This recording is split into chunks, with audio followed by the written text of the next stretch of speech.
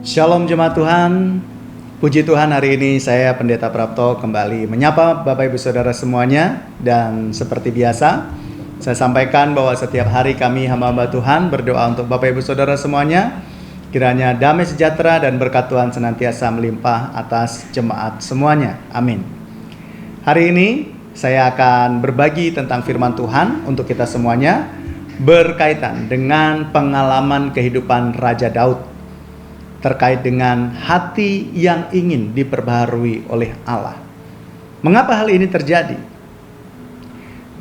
Karena Daud punya latar belakang atau masa lalu yang tidak baik. Tentunya semua sudah ingat ya, bagaimana dia berzina, lalu kemudian dia bahkan melakukan tindakan yang jahat dengan melakukan pembunuhan dengan keji ya, yang sangat menjijikkan di mata Tuhan. Nah, di sini tema yang saya sampaikan atau yang akan saya bagikan buat kita semuanya adalah hati yang tulus terhadap pertobatan. Nah, di dalam firman Tuhan yaitu Mazmur 51 ayat 10, di sana dituliskan, "Jadikanlah hatiku tahir ya Allah, dan perbaharuilah batinku dengan roh yang teguh." Sekali lagi, "Jadikanlah hatiku tahir ya Allah, dan perbaharuilah batinku dengan roh yang teguh." Di sini kita bisa perhatikan bahwa dalam Alkitab hati adalah pusat dari hidup manusia, di mana di sana terdapat emosi, terdapat kehendak dan pikiran. Jadi di sini ketika berbicara mengenai hati, ya kalau bahasa Ibrani-nya itu lev, ya, itu tidak berbicara hati secara daging, tetapi hati secara emosi, pikiran dan juga kehendak dari manusia tersebut. Dosa membuat hati manusia tidak murni dan menjauh dari Allah. Nah, ini yang dialami oleh Raja Daud. Ya, kembali lagi dari hati tadi ya, di mana hati yang tertulis di dalam Alkitab adalah hati yang berkaitan dengan pikiran, kehendak atau emosi. Dari pikiran, dari kehendak, yang emosi yang tak terkendali, ya, dalam arti emosinya Daud tersebut. Daud telah melakukan kejahatan yang luar biasa, yang dimana semuanya berbuah menjadi sesuatu yang menjijikkan di mata Tuhan. Nah, ini menjadi bayang-bayang dalam kehidupan Daud, sehingga dia berkata di dalam ayat tersebut, Daud ingin supaya Tuhan mentahirkan hatinya. Nah, di sini ada hal yang menarik yang perlu kita perhatikan ya, yaitu bahwa di dalam ayat tersebut ada kata menciptakan atau disebutnya di sini jadikanlah ya. Kata jadikanlah itu dalam bahasa aslinya itu adalah bera ya. Bera ini artinya ternyata sesuatu yang hanya bisa dikerjakan oleh Allah, sesuatu yang bisa dikerjakan oleh Tuhan atas segala sesuatu yang ada, dan termasuk di dalamnya adalah mentahirkan atau mensucikan hati manusia. Nah, ini yang menurut saya sangat luar biasa sekali, karena tidak ada yang bisa melakukan selain Tuhan. Kehancuran hati Daud terhadap dosanya itu membuahkan kerinduan untuk Allah memulihkannya, menyucikannya. Dan Daud tahu satu-satunya pribadi yang bisa melakukan itu hanya Tuhan. Kata bera itu menciptakan, tetapi itu dikhususkan hanya untuk Tuhan. Jadi ketika Daud dalam keadaan seperti itu, dia berkata kepada Tuhan agar Tuhan sebagai satu-satunya sumber jawaban atas kehidupan dia, pemulihan dia, gambar diri dia, itu dia datangnya kepada Tuhan. Di dunia ini banyak mungkin orang-orang yang dengan keilmuannya menciptakan satu ilmu lalu kemudian menjadikannya itu sebagai satu pekerjaan. Contoh psikolog ya, atau semacamnya gitu ya, psikiater mungkin. Ketika orang mengalami kehancuran hati, lalu kemudian mereka mencari kedamaian, ingin mencari kedamaian, konsultasi dan sebagainya, mungkin itu bisa menolong beberapa kali saja. Tetapi untuk sesuatu yang hanya dikerjakan oleh Allah itu itu tidak bisa digantikan oleh yang lain. Konsultasi model apapun tidak bisa, karena hanya Allah yang bisa melakukan itu.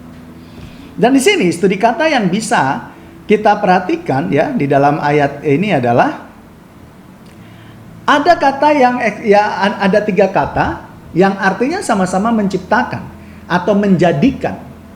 Yang pertama adalah bera, itu adalah kata yang khusus untuk Tuhan.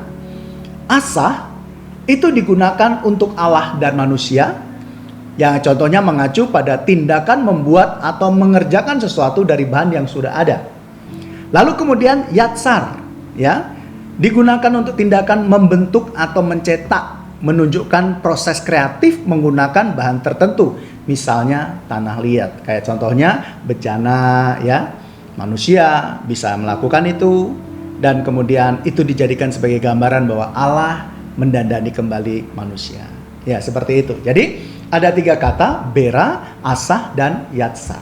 Dan 2 kata ini bisa dikerjakan oleh Allah dan manusia, tetapi 1 kata itu hanya Allah saja.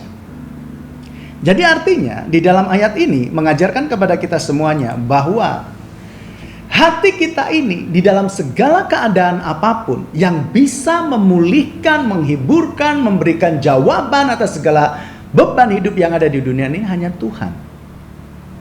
Tidak salah pergi konseling.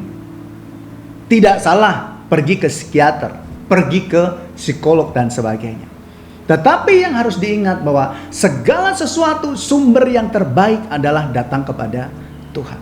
Karena dialah yang bisa menjadikan hati kita ini menjadi lebih baik, menjadikan hati kita ini menjadi tahir, menjadi suci, menjadi lebih indah di mata Tuhan.